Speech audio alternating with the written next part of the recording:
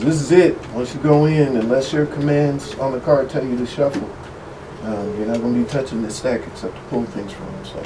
Right now on these mats, there's only two things indicated on the left and the right hand side. Your stack goes on the right hand side. Your trash goes on the left hand side. Your bars that you have not yet spent on your right hand side. Once you spend them and they go into the trash, that ends up on the left hand side as well. So I'm going first. I'm going to go through. Now, while I'm going, he could pull his and start making adjustments to his crew, strategically thinking. All right? That's what I'm doing before I lay these things down. Once you put your cards on the mat, you cannot replace them. If they're in your hand, you can replace them. And that's called a pull cost. Top right corner of your card is your pull cost. You have to pay that. If you're going to replace a card, you have to pay your pull cost. Alright? Alright, so I'm going to pull one. Okay. Alright. She goes in the trash. It's going to cost me 10 points. 5 points. So I'm in the hole, 10 right out the gate. You can start in the hole, you just have to remember the more you pull, the more it costs. Once you pull that, you can replace it. If I wanted to, I could lay my stuff out now, but strategically I'm not. Just so he don't know what that I'm hitting with. Now this is based on a rap battle. So the object of the game, get the most crowd points on your turn. He don't know what I'm about to do, but he better get the most crowd points he can. Right out the gate.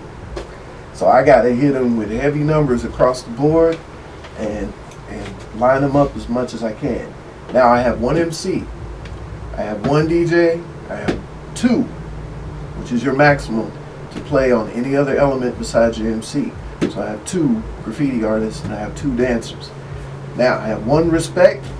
Now this one is fame and it's element specific. It says the dancer in your crew.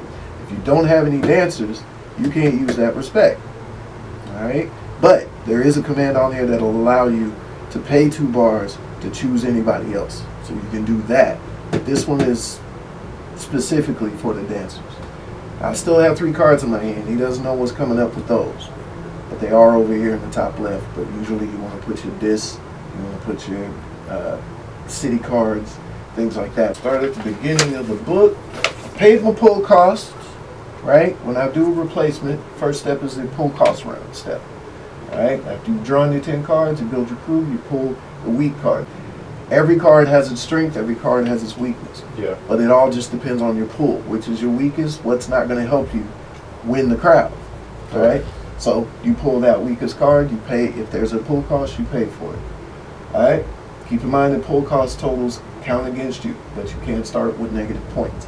You just don't want to dig yourself too big of a hole. The next step is you're adding everything up for your crowd points.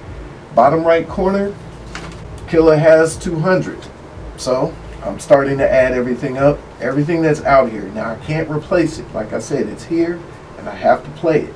Alright, so now I gotta add everything. Killer is 200. That gets me out of the hole. Lady Spin is 50. Wild Style and the G Girls, dope cards by the way.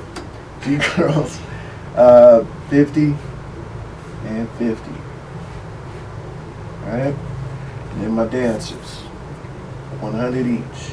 So 100, 100. Now I'm adding the respect on here.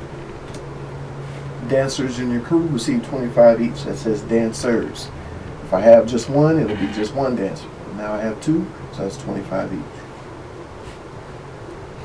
Alright, if I pay 2 more bars here, if I pay 2 bars, I can choose 2 other people to get 25 each. And since I don't know what's coming and I gotta maximize my points, and 2 bars isn't that much to spend, I'll drop 2 over here and I'll choose 2 more people, so I'll get 25 on these 2 cats. 25, 25. Alright? Now, the next step. I've added all my CP. Right now, moving over to step 3, your commands and costs. There are cards on here with commands on here.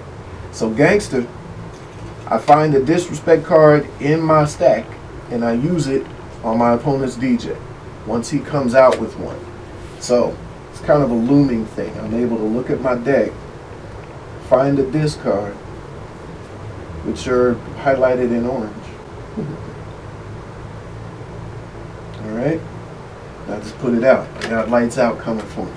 He puts out a DJ, I get to put the DJ's lights out. So, anytime you touch the deck, you have to shuffle it some way, shape, or form. Because you've had a chance to look at your cards, and you don't want to cheat. So, that would be considered a pretty powerful card. Because your city also has commands on them as well. Now, woo! That's a pretty big opening. It seems big, but What you at? right now I'm at 920. 920. Alright? I'm at 920. Alright?